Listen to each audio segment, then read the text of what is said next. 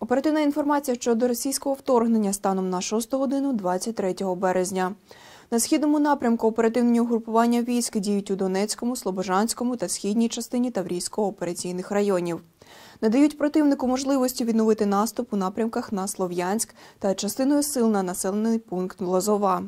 Стримують просування противника в напрямку на Запоріжжя. Угрупування об'єднаних сил стримує просування загарбника в напрямку на міста Попасна та Курахове. Здійснює кругову оборону Маріуполя.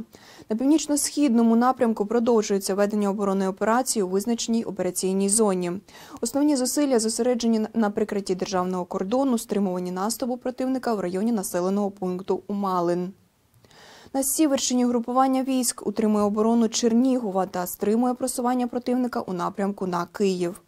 На південно-східному напрямку проводиться оборонна операція, здійснюється підтримка дій сухопутних угрупувань військ та окремих підрозділів, оборони пунктів базування і морських портів у Чорноморській операційній зоні. Продовжується ведення оборони міста Миколаїв та населених пунктів Миколаївської області. Наші захисники стримують противника у напрямках на Кривий Ріг та Нововоронцовку, проводять стабілізаційну операцію, виконують завдання територіальної оборони. Відмічено активні дії авіації ворога та завдання ударів з використанням ракет за останню добу. Угрупування повітряних сил Збройних сил України здійснює відбиття зосереджених ракетно-авіаційних ударів та повітряного нападу противника, протиповітряне прикриття важливих об'єктів України та угрупувань військ.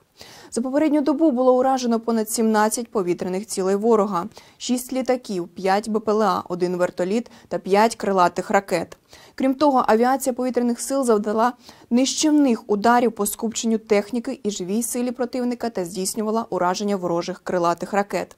На території Російської Федерації продовжується прихована мобілізація з метою поповнення втрат особового складу окупаційного угрупування військ, що діє у війні на території України.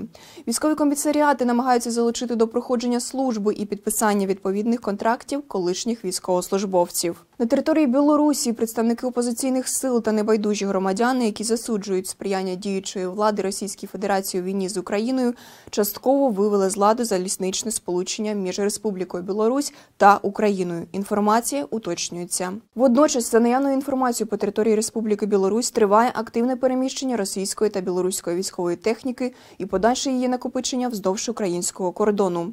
Під час штурму міста Маріуполя в одному із ворожих загонів спецпризначення, що залучений до ведення активних бойових дій, менш ніж 10% особового складу готові продовжити участь у війні.